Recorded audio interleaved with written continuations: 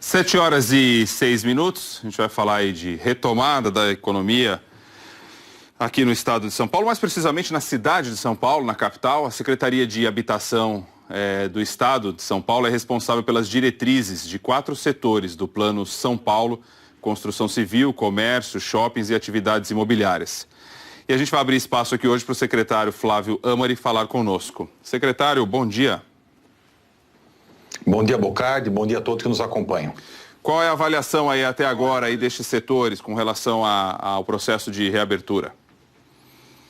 Positivo, Bocardi. Houve uma mobilização de todos os secretários de governo buscando fazer a interlocução, definida em conjunto entre o governo de São Paulo e cada setor de atividade econômica do estado de São Paulo, construindo em conjunto protocolos para que pudesse acontecer essa flexibilização, que é uma possibilidade. E agora sim, cada município tem o seu discernimento para construir daí, com esses setores, essa flexibilização, se entender que deve no seu município. O decreto de São Paulo, dentro do Plano São Paulo, dá a possibilidade para o município flexibilizar ou não, sendo mais restritivo no processo de todas as atividades que foram liberadas na fase 2 e na fase 3, dependendo da região do estado de São Paulo que ela se encontra.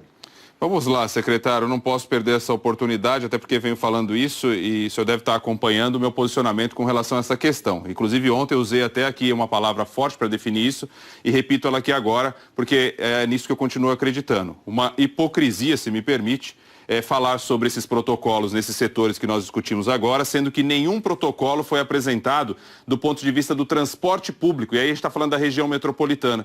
Como é que o senhor se sente diante desse cenário? Exigir tanto, colocar tanta exigência para shoppings, para concessionárias, para as lojas e tal, e sendo que o transporte que vai levar essas pessoas a esses locais, ele está sempre superlotado. Respeito o seu posicionamento como jornalista, Bocardi, mas os protocolos feitos com os shoppings, com as concessionárias, com as imobiliárias, com o comércio, foram definidos em conjunto. Não foi imposto pelo Estado, foi um processo em que eles trouxeram ao Estado uma proposta para a possibilidade de flexibilização e abertura. Então não foi imposto pelo Estado, foi pactuado, foi construído e foi proposto inclusive por eles.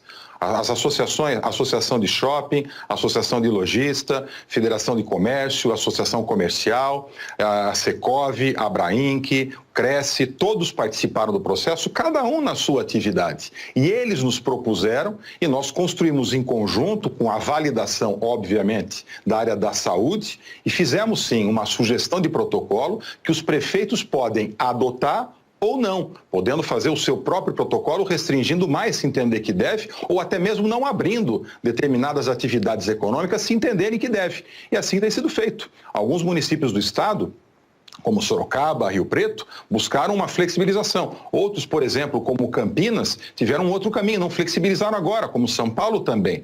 E um dos objetivos de fazer com que essas atividades, nessa fase 2, pudesse funcionar apenas 4 horas, um dos objetivos é justamente não fazer com que isso sobrecarregue o transporte coletivo. Agora, as pessoas precisam ir sim. E quando acontece um aumento do fluxo, aumenta também o número de vagões, o número de ônibus, ou seja, existe sim uma preocupação do governo sempre, e eu apoio as decisões do governador João Dória, para que a gente possa sim buscar transitar por tudo isso com menos impacto, mas com um objetivo, preservando a vida das pessoas. Tá, secretário, mas tá tudo colocado da mesma maneira para mim, porque é claro que o setor, na agonia ou no desejo de reabertura, ele faz o que for. Ele propõe todas as medidas, porque ele quer funcionar, ele quer trabalhar, ele quer dar segurança para o funcionário, ele quer dar segurança para o cliente. Só que, em contrapartida, eu imagino que esse setor está aguardando alguma coisa ser feita por parte do governo com relação ao transporte que vai levar essas pessoas lá. E isso não cabe ao setor, isso cabe exatamente ao poder público, ao poder que coordena, que comanda o sistema de transporte. E quando o senhor me diz assim, olha, poxa, a gente está aumentando os vagões, sabemos que isso também não é uma realidade.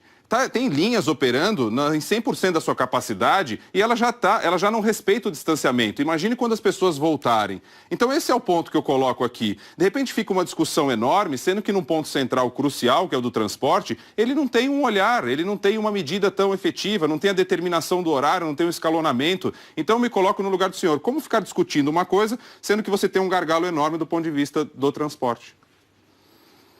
Bocardi, respeito a sua opinião mais uma vez, não tenho ambição aqui de te convencer, até porque eu acompanho você todos os dias também no Bom Dia. Agora, o fato de que os setores foram pressionados não é verdade. Nós construímos em conjunto com eles e eles nos propuseram os critérios. E repito mais uma vez, o fato de na fase 2, como se encontra São Paulo e boa parte do estado de São Paulo, com algumas exceções de regiões que estão na fase 1 mais restritiva e algumas na fase 3, que é um pouquinho mais com possibilidade de flexibilizar, o fato de que essas atividades podem funcionar por 4 horas, um dos objetivos, na verdade são 2. O primeiro objetivo é justamente não sobrecarregar o transporte coletivo, não fazer com que essas pessoas tenham no horário de pico, e acontece o horário de pico porque 80 atividades estão funcionando no estado de São Paulo, 74% da economia continua emitindo nota fiscal, ou seja, continua funcionando, as pessoas precisam se deslocar, as pessoas precisam voltar. Nós não imaginávamos que quase 100% da população pudesse utilizar as máscaras, a gente vê hoje todos utilizando máscaras, todos com álcool gel na sua bolsa, todos buscando a sanitização, a higienização. Então, um dos motivos de funcionar apenas 4 horas foi justamente não sobrecarregar o sistema de transporte coletivo no estado como um todo. Um outro também é não fazer com que essas pessoas possam consumir alimentos no local. Ou seja, em 4 horas, essas pessoas não precisam ter o contato ou buscar restaurante ou buscar alimentação, ou seja, não precisam ter o contato e ao mesmo tempo possibilitar com que essas atividades que estavam paralisadas tenham a possibilidade é uma possibilidade deles funcionarem. Vocês chegaram a anunciar em algum momento no Bom Dia que haveria uma flexibilização dos hotéis e que eles abririam em julho. Os hotéis nunca fecharam no estado de São Paulo. Os hotéis sempre puderam permanecer abertos. A decisão do empresário de fechar foi uma decisão econômica, ou seja, o inimigo da economia não é a quarentena, não é o isolamento. O inimigo da economia é o vírus. Nós temos que combater a propagação do vírus.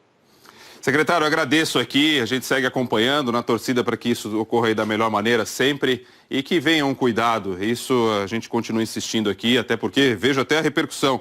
E aí sua equipe, o senhor pode até olhar dessa entrevista aqui, o que as pessoas também andam pensando com relação ao ponto crucial, que é o do transporte. A gente espera que venha um olhar sobre isso para que as coisas andem aí numa normalidade maior e que a gente tenha a sensação, passe a ter a sensação de que realmente a preocupação está com a vida, está com aqueles menos favorecidos e não só com aqueles que frequentam shoppings, enfim, restaurantes, academias e tudo mais. Obrigado, um bom dia, secretário.